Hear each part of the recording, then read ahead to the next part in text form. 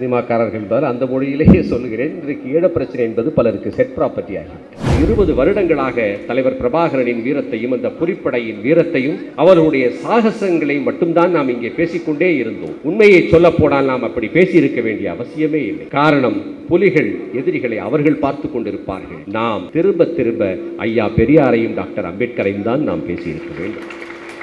Doctor Ambedkar அவர்கள் சொல்லுகிறார்கள், இங்கே பார்ப்பனியம் என்பது ஒரு கோட்டை போல இருக்கு. அந்த கோட்டையை நீங்கள் வெடி வைத்து தகர்க்காமல் உங்களால் எதுவும் செய்ய முடியாது என்று சொல்லுகிறார்.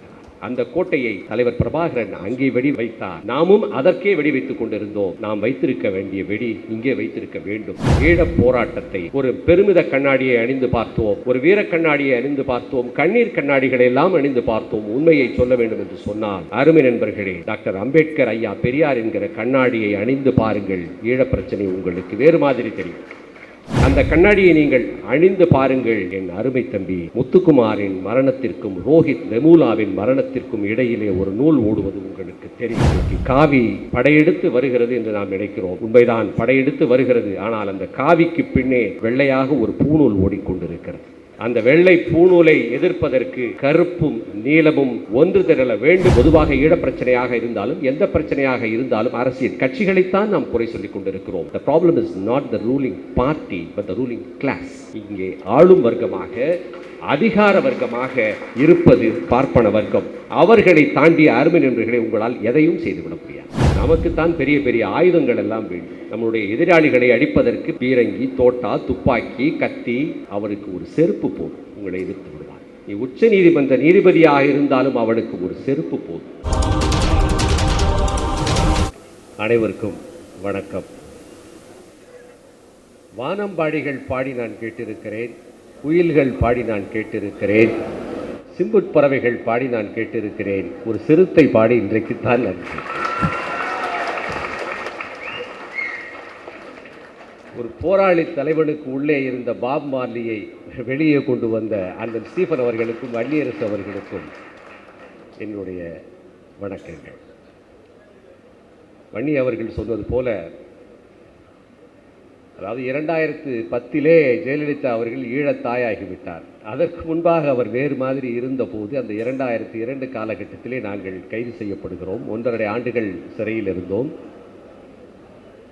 1.5 ஆண்டுகள் சிறையில் இருந்துவிட்டு விடுதலையானது முதலில் நானும் அண்ணன் சுபவி அவர்களும்.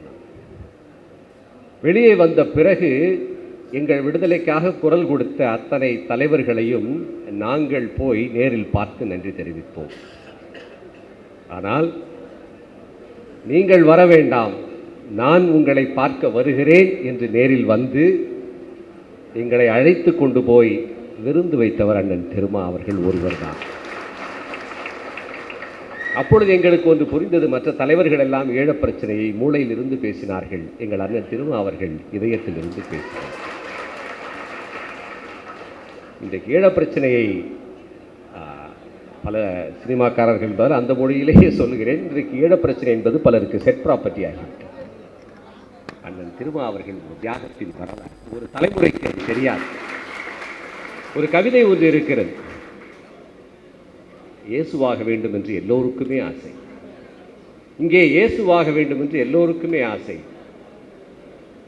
ஆனால் சிலுவையை சுமப்பதற்கு தான் எவனுக்கும் தைரியம் இல்லை. எங்கள் அண்ணன் சிலுவையை சுமந்தார். நான் அரங்கம் கைதட்டுவதற்காக சொல்லவில்லை, எனக்கு தெரியும் அவருடைய தியாகம். பலருக்கு இன்றைக்கு தெரியாது, பலர் இன்றைக்கு அதை பேசாமல் விட்டு விடுகிறார்கள். மிகப்பெரிய தியாகம் அவருடைய. எங்கள் அண்ணன் திருமா அமர்ந்திருக்கும் இந்த அவையில்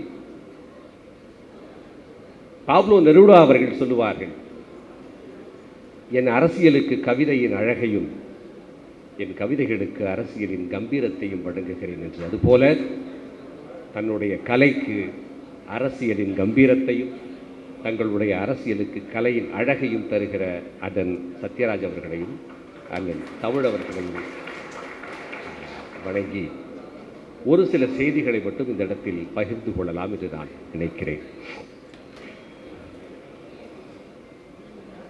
மொழிக்காக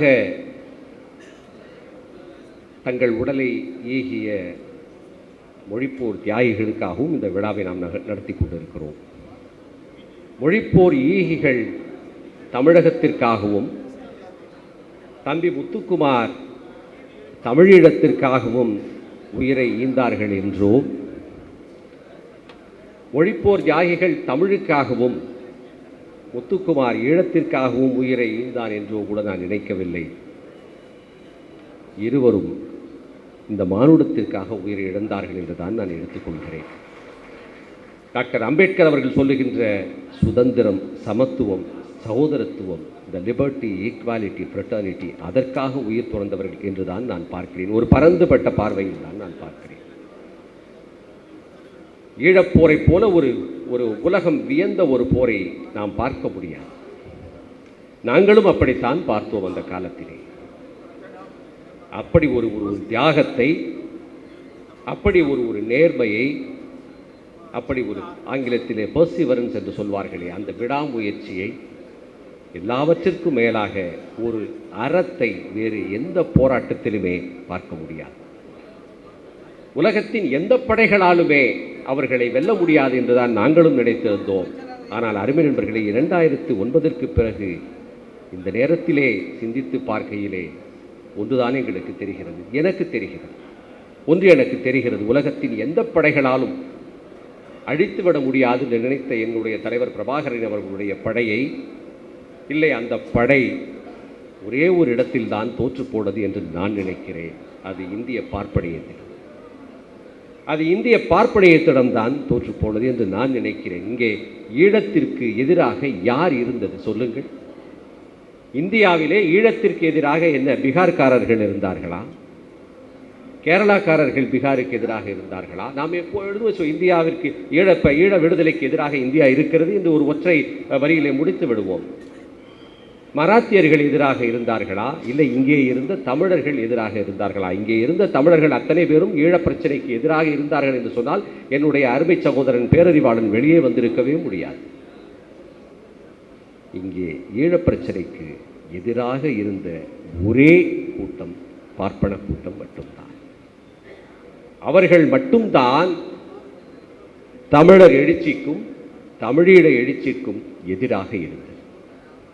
ஒட்டுமொத்த உலகமும் அழுத போது கூட பார்ப்பனையத்திடமிருந்து ஒரு சிறு அசைவை கூட இங்கு நாம் பார்க்கவில்லை.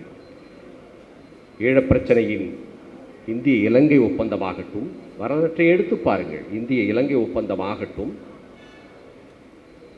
இந்திய படை அங்கே அமைதிப்படை என்ற பெயரிலே அனுப்பியதாகட்டும், அத்தனைக்கு பின்புறமும் பார்ப்பனர்கள் இருப்பார்கள். அத்தனைக்கு பின்பும் அவர்கள் பார்ப்பனர்கள் இருப்பார்கள். இந்த உலகம், அதாவது மயிலாப்பூரிலே தன்னுடைய பேர குழந்தைகளுக்கு அந்த இசை சபாக்களிலே பாடுவதற்கு வாய்ப்பு கிடைக்கவில்லை என்றால் கூட உடனே இந்துவில் ஓடிப்போய் லெட்டர் டு தி எடிட்டர் கடிதம் எழுதுகிற அந்த கூட்டம். அருமை நண்பர்களே, உலகத்திலே குழந்தைகள் கொல்லப்பட்டிருக்கிறார்கள், பிள்ளைகள் போரிலே கொல்லப்பட்டிருக்கிறார்கள். ஆனால் பிரபாகரனின் பிள்ளை என்பதற்காகவே பாலச்சந்திரன் கொல்லப்பட்டார்.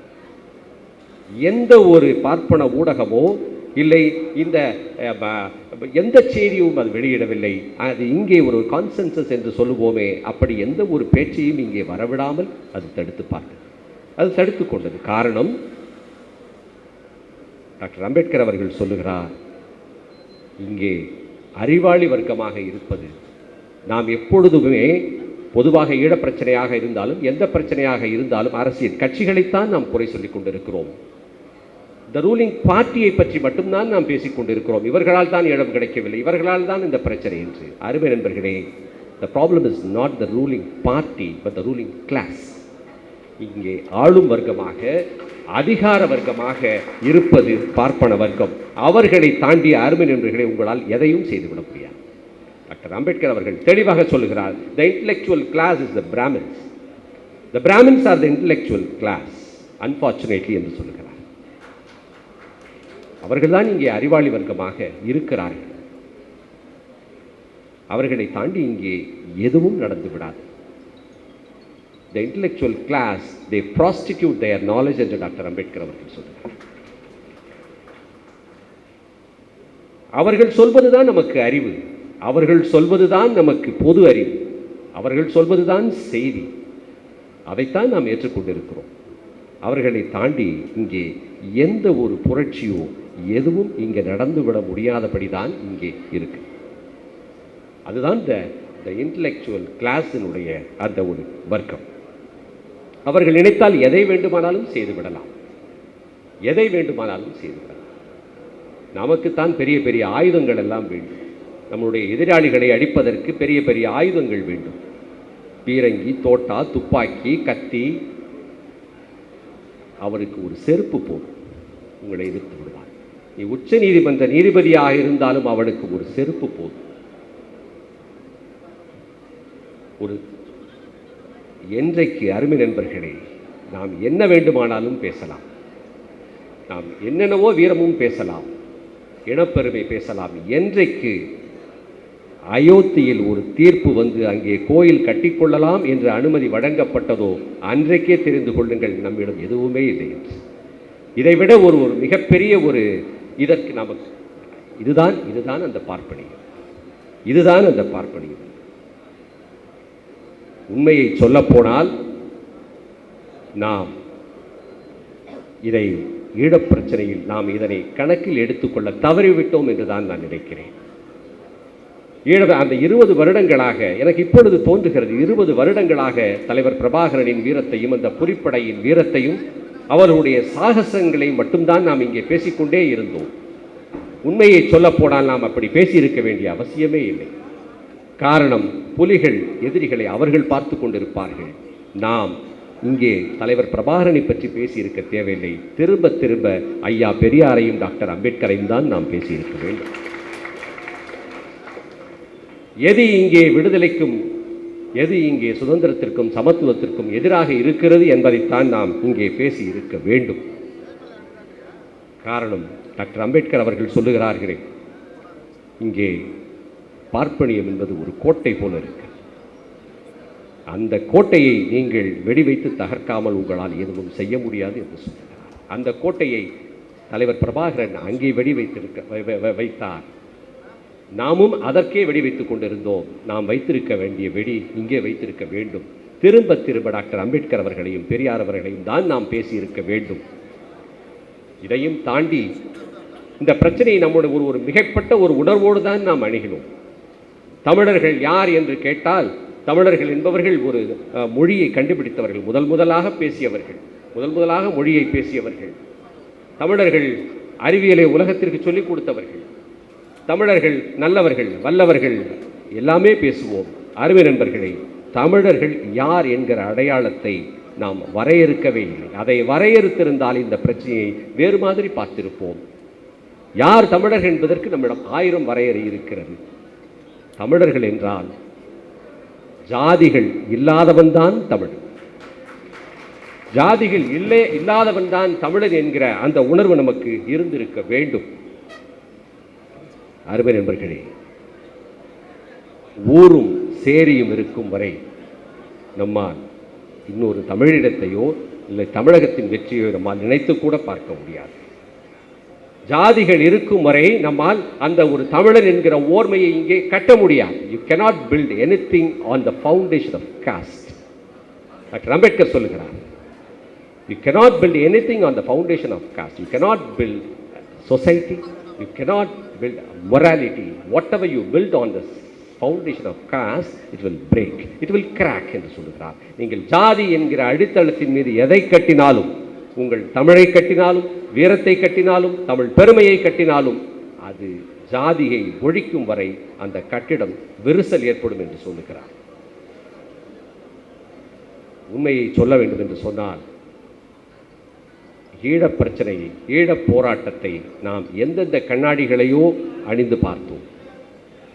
ஒரு பெருமித கண்ணாடியை அணிந்து பார்த்தோம், ஒரு வீர கண்ணாடியை அணிந்து பார்த்தோம், கண்ணீர் கண்ணாடிகளை எல்லாம் அணிந்து பார்த்தோம். உண்மையை சொல்ல வேண்டும் என்று சொன்னால், அருமை நண்பர்களே, டாக்டர் அம்பேத்கர், ஐயா பெரியார் என்கிற கண்ணாடியை அணிந்து பாருங்கள், ஈழப் பிரச்சனை உங்களுக்கு வேறு மாதிரி தெரியும். அருமை நண்பர்களே, அந்த கண்ணாடியை நீங்கள் அணிந்து பாருங்கள். செம்மணியிலே புதைக்கப்பட்ட பிணங்களுக்கும் வெண்மணியிலே எரிக்கப்பட்ட பிணங்களுக்கும் இடையிலே ஒரு நூல் ஓடுவது உங்களுக்கு தெரியும். இசைப்பிரியாவின் மரணத்திற்கும் சுரேகா போட்மாங்கேவின் மரணத்திற்கும் இடையிலே ஒரு நூல் ஓடுவது உங்களுக்கு தெரியும். என் அருமை தம்பி முத்துக்குமாரின் மரணத்திற்கும் ரோஹித் வெமுலாவின் மரணத்திற்கும் இடையிலே ஒரு நூல் ஓடுவது உங்களுக்கு தெரியும். முதல் கலப்பழியான சங்கரின் மரணத்திற்கும் உடுமலையிலே கொல்லப்பட்ட சங்கரின் மரணத்திற்கும் இடையிலே ஒரு நூல் ஓடுவது உங்களுக்கு தெரியும். அருமை நண்பர்களே, அந்த கண்ணாடியை அணிந்து பாருங்கள். ஏன் என்னுடைய தம்பி முத்துக்குமார் என்னுடைய மரணத்தை தலைவர் பிரபாகரனுக்கும் அண்ணன் திருமாவளவனுக்கும் சொல்லிவிடுங்கள் என்று சொன்னான் என்பது உங்களுக்கு புரியும். இன்றைக்கு காவி படையெடுத்து வருகிறது என்று நாம் நினைக்கிறோம். உண்மைதான், படையெடுத்து வருகிறது. ஆனால் அந்த காவிக்கு பின்னே வெள்ளையாக ஒரு பூணூல் ஓடிக்கொண்டிருக்கிறது. அந்த வெள்ளை பூணூலை எதிர்ப்பதற்கு கருப்பும் நீலமும் ஒன்று திரள வேண்டும் என்று சொல்லி வாய்ப்புக்கு நன்றி கூறி விடைபெறுகிறேன். நன்றி, வணக்கம்.